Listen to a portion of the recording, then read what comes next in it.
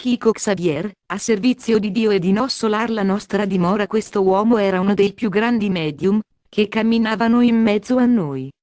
Kiko è nato Francisco de Paula Candido il 2 aprile 1910, a Leopolda Pedro, Minas Gerais, Brasile.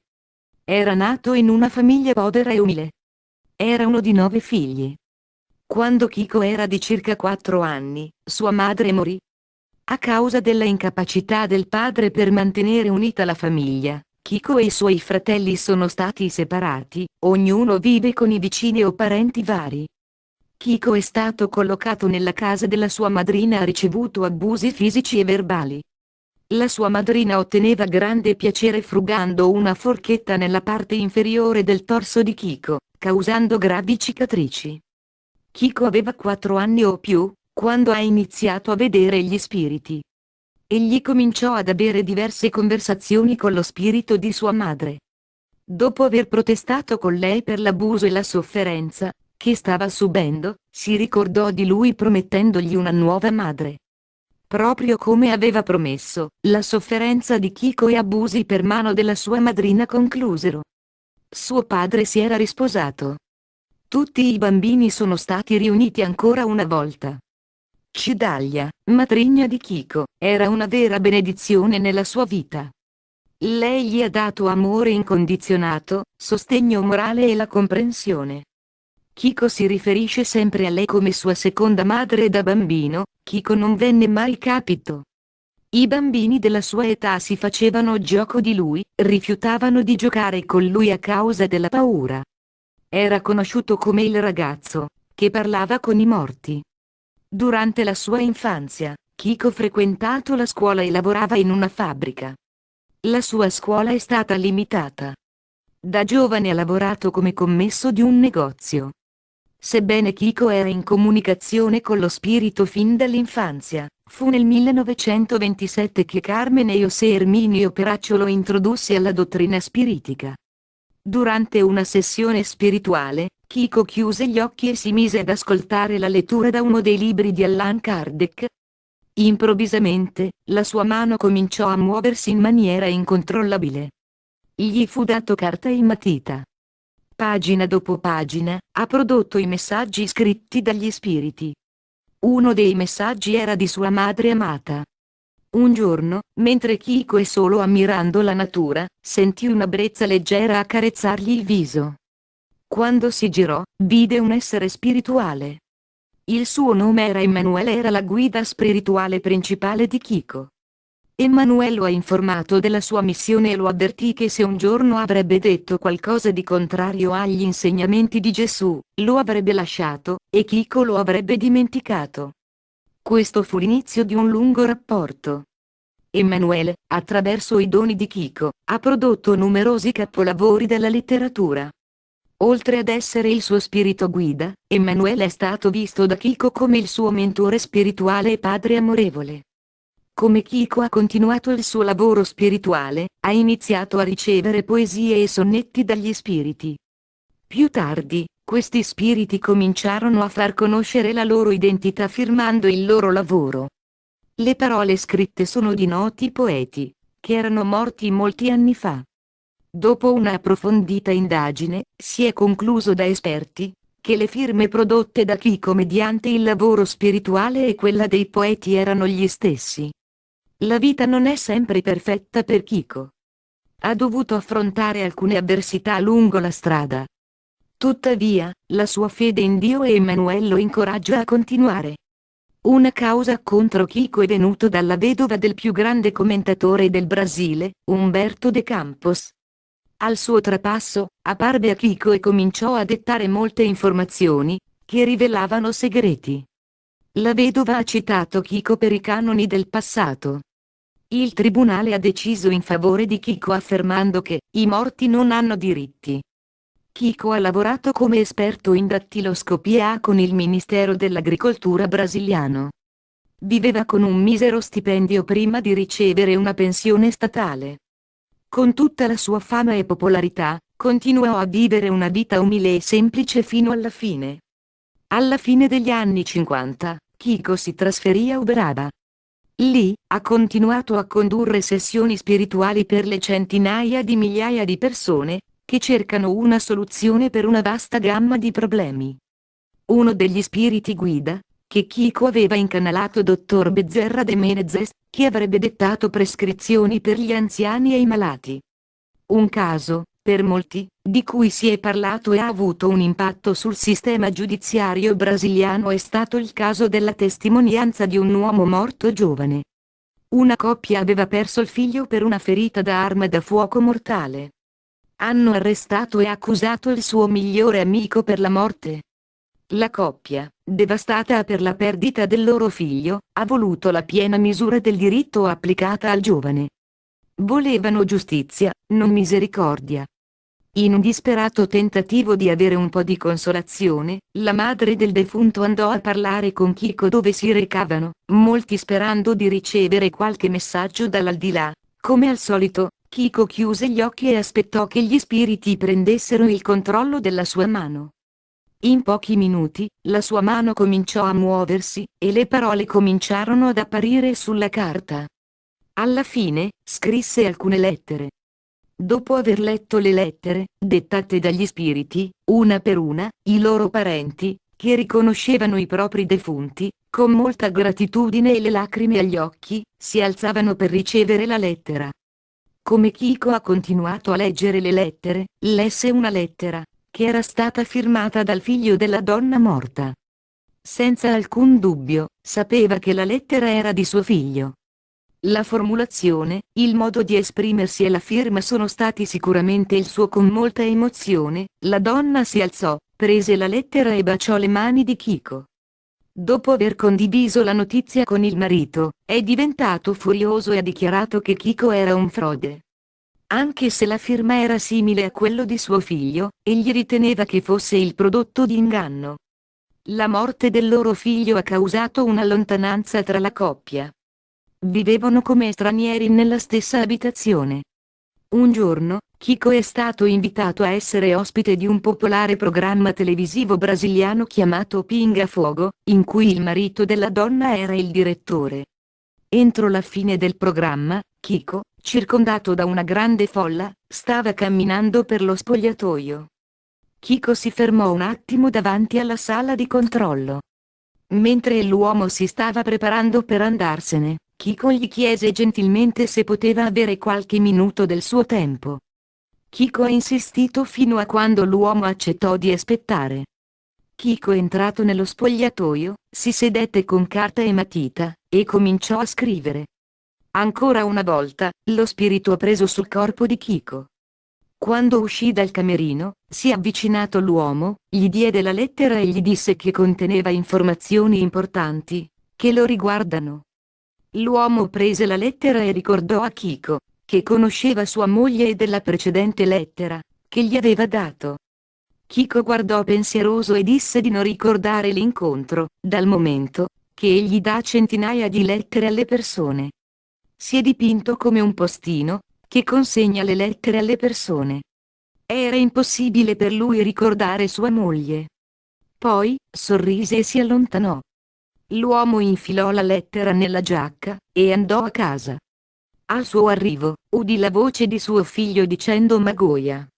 Veniva dalla stanza di suo figlio. Quando si avvicinò alla stanza, vide sua moglie all'ascolto di una registrazione, lei e suo figlio, che aveva fatto in precedenza. Magoia era il nome con cui si chiamavano quando giocavano insieme.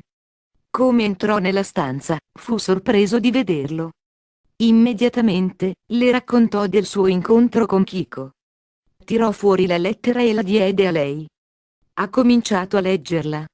Le prime parole sulla lettera erano Magoia. Come potrebbe essere, ha detto? Ha continuato a leggere. La lettera ha dichiarato che il suo amico non era colpevole di alcun reato. Erano stati a giocare con la pistola quando accidentalmente sparò. La lettera conteneva informazioni dettagliate ed indiscusse. Il marito, che si considerava ateo, è ora in discussione con il suo sistema di credenze. Convinto della validità della lettera, che ha presentato alla corte. Dopo un esame approfondito della lettera e la firma, esperti si sono accordati sulla sua genuinità. La lettera è stata accettata come prova. Era la prima volta nel sistema giuridico brasiliano che la vittima ha assolto l'imputato con il suo omicidio. Chico ha scritto 412 libri con una stima di 50 milioni di copie vendute in tutto il mondo. Essi sono stati tradotti in 33 lingue. Tutti i profitti sono stati dati alle organizzazioni caritatevoli. Ha tenuto nulla per sé e ha negato la paternità di uno dei libri. Era solo uno strumento utilizzato da spiriti, o, nelle sue parole, il postino storie interessanti su Chico. Comunicato alle formiche. In casa sua Uberaba aveva un cortile dove Chico, nelle ore libere aveva fatto un orto con l'aiuto di un suo ausiliare. Tutto indicava che lui aveva mano buona per la piantagione, e il suo orto andava di vento in poppa. Tutto bene fino a che ha sorto un serio problema alle formiche. Aveva un gigantesco formicaio, tutte le notti osservava quell'esercito interminabile che, in fila indiana, distruggeva tutto quello che lui aveva fatto durante il giorno. Gli amici avevano deciso di acquistare veleno per versarlo sopra il formicaio. Chico rimase pensieroso in cerca di una soluzione finché decise di scrivere un comunicato alle formiche. Per 3 giorni lui avrebbe letto vicino al formicaio il suo manifesto. Comunico alle mie sorelle formiche: nonostante ammiri molto il vostro lavoro, è necessario che lasciate questa casa, poiché una tempesta cadrà sopra di voi. Dovete essere più pietose, più comprensibili, state mancando di carità al vostro simile. State a togliere l'alimento di chi ha bisogno e non avete giustificazione per tale procedimento, come vado a dimostrare. Vedete che al fianco di questo modesto orto, c'è un enorme terreno tutto piantato delle più svariate graminacee.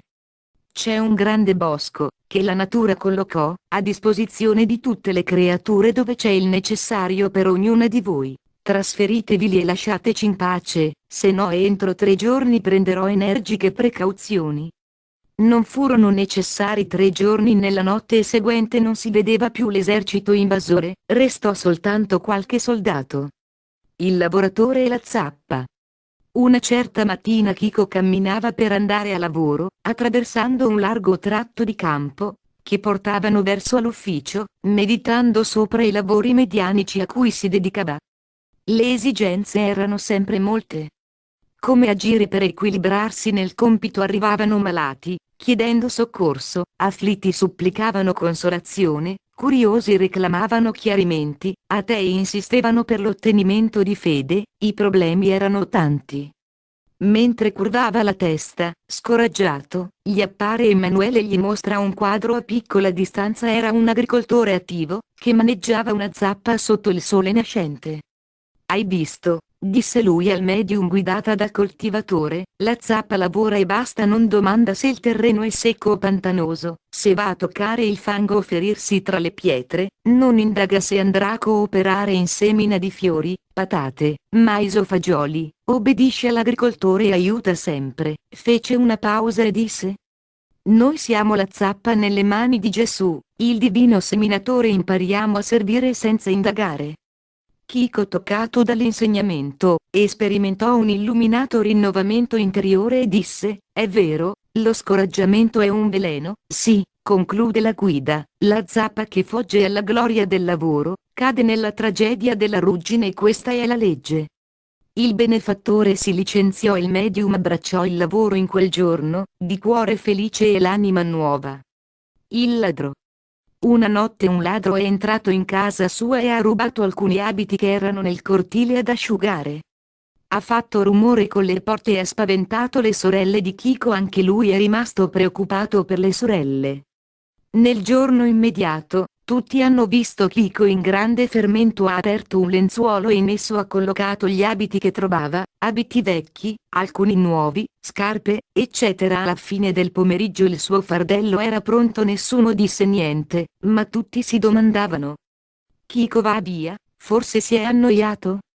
Di notte ha preso il fardello, l'ha allacciato e l'ha appeso nel balcone con un messaggio più o meno in questi termini: amico mio, Questi sono gli abiti che ho potuto rimediare e ti chiedo il favore di non fare rumore per non spaventare le mie sorelle. Al mattino il fardello di abiti era sparito. Così era Kiko. Il serpente. Un giorno Kiko stava andando al lavoro e trovò un serpente nel percorso che faceva. Tentò di sviare, ma il rettile strisciava, circondandolo. La prima cosa che qualsiasi persona avrebbe fatto era cercare una pietra, un pezzo di legno per schiacciare il serpente. Ma Kiko, no. Cercò il dialogo con lui. È una cosa che ci commuove.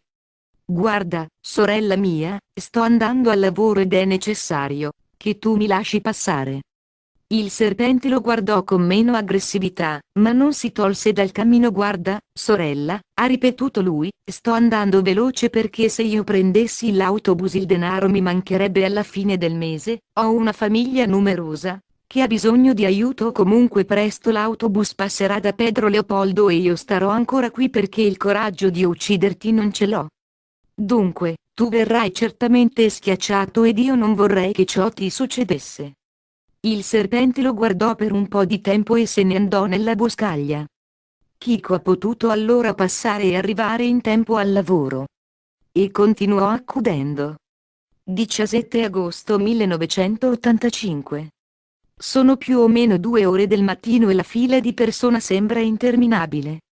Un signore passa davanti a Kiko, dice alcune parole nelle sue orecchie, dopo esce dicendo, perdonami, Kiko, perdonami, perdonami. Alcune persone passano e non resistono alla curiosità e domandano, perché quell'uomo ti chiedeva perdono tante volte? Kiko ha abbassato il tono di voce e mi ha sussurrato. Lui ha detto che è venuto per uccidermi, ma non ha avuto il coraggio. Portava un revolver dentro la camicia. Lo spavento e la sorpresa furono così grandi per me che a malapena ho potuto domandargli: e cosa tu hai detto a lui? Ha fatta la volontà di Dio. E continuò accudendo la moltitudine come se niente fosse successo.